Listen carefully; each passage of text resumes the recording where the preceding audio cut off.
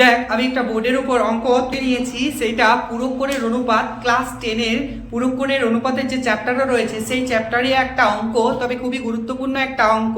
পুরুকোণের কিভাবে চেঞ্জগুলো হয় সেই চেঞ্জগুলো যদি না তোরা বুঝতে পারিস তাহলে আমি ভিডিও বানিয়ে রেখেছি, সেই ভিডিওটা তোরা দেখতে পারিস। এই ভিডিওর নিচেই দেখ লিঙ্ক দেওয়া রয়েছে, ওই লিঙ্কে প্রবেশ করে আমার যে ভিডিওটা বানিয়ে রেখেছি 24 অধ্যায়ের, ওই ভিডিওটা একটু দেখে নিবি, তাহলেই তোরা পুরুকোণের অনুপাতগুলো চেঞ্জগুলো ভালো করে বুঝতে পারবি। তো দেখ আমার সাথে এই অঙ্কটা আগে করে নে একটু।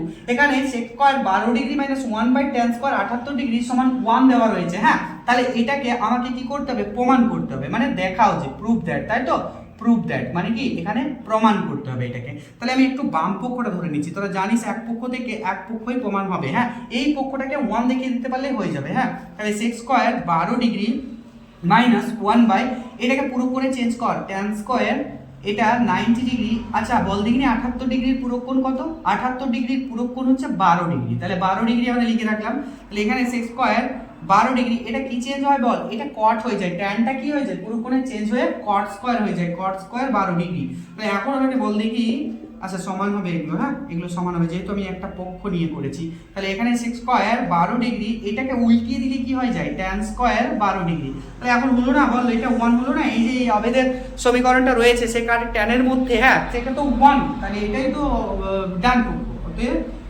অতএব আমরা লিখে দেবো বাম পক্ষ সমান ডান পক্ষ, বাম পক্ষ সমান ডান পক্ষ। হ্যাঁ, দেখ এইভাবেই তোরা এই অঙ্কগুলো আমার সাথে করতে থাকলে আমার চ্যানেলের সাথে যুক্ত থাক, তোরা চ্যানেলটাকে সাবস্ক্রাইব করে পাশে থাক, না হলে আমি যে ভিডিওগুলো বানাবো সেই ভিডিওগুলো তুই সবার আগে পেয়ে যাবি। হ্যাঁ, তো ভালো করে পড়, সামনেই মাধ্যমিক পরীক্ষা, পুজো শেষ হয়ে গেলেই তো ফেব্রুয়ারি চলে আসবে, আর ফেব্রুয়ারি চলে এলেই তোদের জানিস যে পরীক্ষা, তাই সময় অতি অল্প।